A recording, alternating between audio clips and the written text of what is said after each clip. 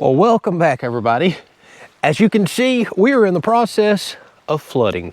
All right, so we thought we'd bring you along for the journey because we told you when we bought this property, we was gonna share the good, the bad, and the ugly with you. We just didn't know some ugly was gonna be so soon. But so goes life when you buy river property or water property. True. Floods happen. Sometimes they happen very quickly. So let me explain what we got going on here, and we're gonna take care of some much needed things in this episode. All right, y'all, as you can see, normally this little river is about, I don't know, 8 to 10 feet down that way. It is coming up quick, fast, in a hurry. Okay, so what had happened, we just had a heck of a storm come through this past weekend. And out of this rain gauge right here, I dumped 6.5 inches of rain out that we got in about a 12 to 16 hour period. Over at the house, we dumped out a little less than 5 inches. And then to the east of us, I've heard multiple reports of 9 inches of rain. An insane amount of rain in such a short period of time. So yeah, anywhere from 5 to 9 inches of rain is gonna swell a tiny river like this. That is just not a normal amount of rain. We had this happen last year where we got 9 inches to a foot in a single storm, which is just absurd, but apparently becoming normal now. And this river, absolutely historical flood, dumped out of the banks, and everything you're seeing me standing on went underwater. This was right after we submitted an offer on this property and they accepted it. It was kind of our understanding that, yeah, it's gonna flood down here, but it's not this common. Well, here we go. So check this out, y'all. The river is now just everywhere out here, coming up like crazy. Ruger's sure loving it. He's been swimming and having a blast. Hey buddy, you better look out for snakes. Everything's coming to high ground. So our entire property is flooded out there. It's flooded all the way over there, and it's starting to come into the property here. So I guess the silver lining is now we can see how things ebb and flow on the property. We're now monitoring water levels on a station that's about 20 miles north of us. So we know in the future, whenever it hits a certain level on that station, we need to be prepared for a potential flood. So we're learning good information here. Here's where things got a little sketchy. It's coming up quicker than I was expecting. So we were just here yesterday, y'all, and this is our road coming in. And it was about 1.5 feet down. Like the road was passable, high and dry, and the water was flowing through under our culvert out there about 1.5 feet. So we decided to take a little ride back over here today and just kind of eyeball everything, thinking if it's going to continue to come up, I'll come tomorrow and move some stuff. Well, we were a bit surprised to see the road was already completely underwater. It's done come up 1.5 feet overnight, and well, we just started grabbing stuff. We just hauled one load home, got my big truck. We're going to have to move the camper out of here, stuff that could float away around the property, and it's already done come up a few inches since we've been gone, and we've only been gone about 1.5 hours. Now we should be safe. The camper is up here on a high spot, but we've got another problem, y'all.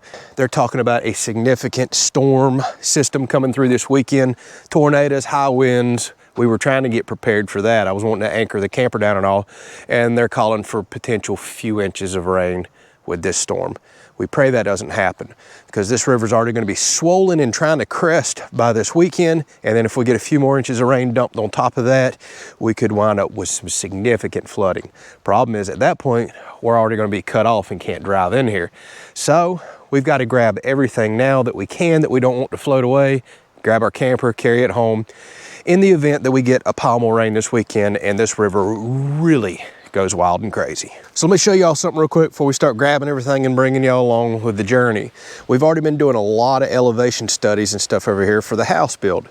Well, see this stake right here in this tree? This is the 100-year historical flood mark right here. So basically what that means is that's like a once in a lifetime or once in a couple of lifetime, just unheard of flood marker right here that we have to abide by. Doesn't mean we're ever gonna get to that. Speaking of, a lot of people keep asking me, are y'all gonna build your house on stilts down here? We absolutely have to. We legally have to build 1 foot above that mark, which means the house will be about this high. Well, we're gonna go ahead and build the house 8 feet in the air so we can park underneath it, and so there is not a chance the house could ever flood. Florida is nice and flat. To come up literally 1 foot or any above that 100-year historical mark, you would have to flood millions of acres. We're not in creeks and hollers here like up in the mountains that can fly up and down 20 feet. To literally come up 1 foot here, you would have to flood so much flat land up and down this river, it's virtually impossible. But that mark right there is absolutely possible. Yeah.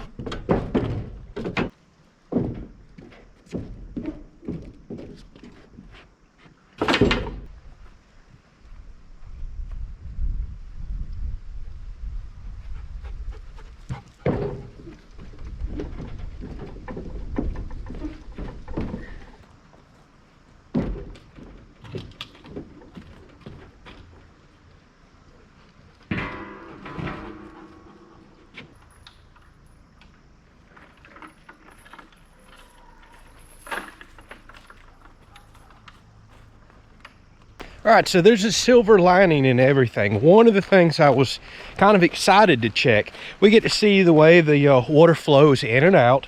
We get to check river levels, you know, basically have some historical data of our own.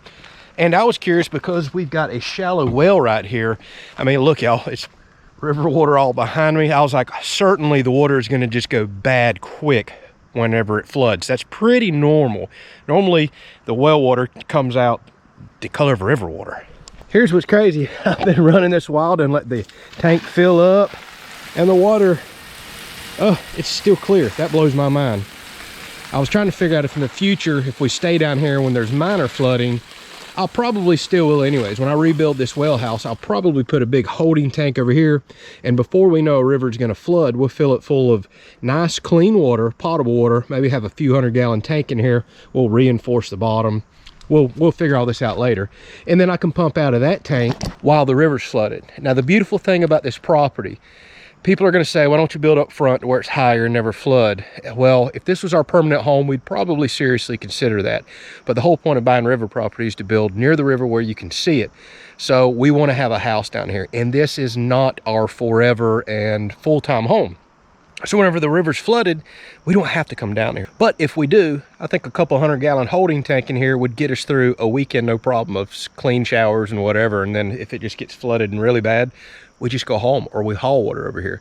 So I'm trying to figure all this out for the future. So even though this sucks, it's actually good. I get to figure out things like the water, the way it flows, the well water, all this good stuff.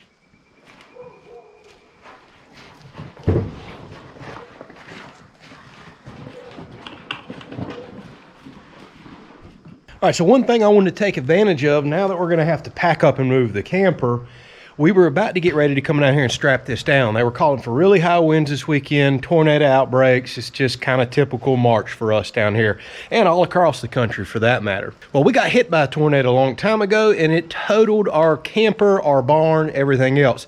But the only thing that saved that camper from flipping over, while I was sleeping in it, by the way, was because we cabled it to the ground with some earth augers. Well, I learned my lesson. It literally may have saved my life. So we're gonna be strapping this one down to get ready for hurricane season and everything else. Problem is, in order to put those earth augers down, well, it's aggravating to do. You can't really put them down while the camper's parked here. So I'm gonna take some paint, and I know I'm gonna want a cable over here, earth auger right there. We're gonna cable up here. Hopefully this doesn't flood and wash all that away. And I want to get over around this bumper, so we'll put one down right there, one down right here. So the fact that we're moving the camper for this flood, well, it actually benefits me to come back over here and put those in.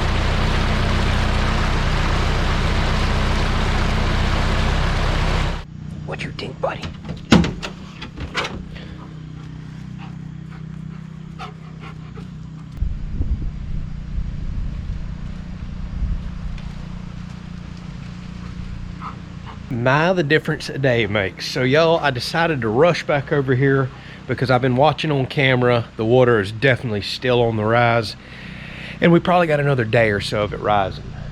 I don't know that it's going to completely come under the barn unless we get all that rain they're calling for this weekend, and now they've raised the chances and the amounts. But I thought I'd rush over here and put the stakes in the ground for the camper while I've got it out of here, and I was worried if water does come underneath here, it's going to wash away my paint dots that I put down. So I want to go ahead and get some stakes in the ground for that. Plus I want to do a big once around, make sure everything is good. That's pretty well empty and just going to float. I don't think the water's even going to get that high, but I got it tied off to the barn so it'll just stay right here. I got my cables up out of the way. It's never going to get high enough to get my dish, so I think we're good. So obviously the road is really, really low. We're going to have to build that up in the future. You can see it's over a foot deep up there, about 1.5 feet deep on the right end. So eventually the road's going to cut us off before the property. What are you doing, boy? Boy, anytime you see an opportunity to get in the water, you got to do it, don't you? So you can see, oh, don't you get me wet. Don't you get me wet. Obviously, Ruger's loving his new water wonder world. And up there where we're going to put the house, there would only be, what's that, an inch or two of water underneath right now. Meanwhile, there's 1.5 feet down here. So we're picking good locations to put our stuff. All right, so these are these screw in the ground earth augers right here. Very heavy duty. Obviously, I trust them because they have literally probably saved my life once. So this is what we're going to put in the ground by hand. It takes a while the camper's out of the way and before we lose these paint dots.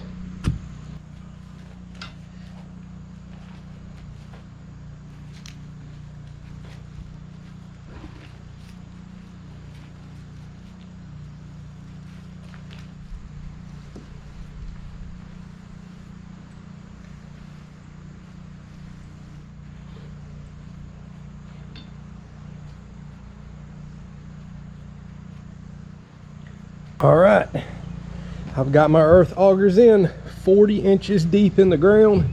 These have a shocking amount of holding power. All right, go play. I know you want to play in some water. Go play. Go play, go. Got your stick.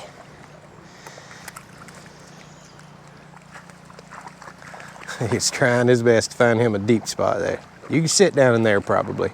That's all he's wanting to do, sit and lay down in that water. You're a water dog, ain't you?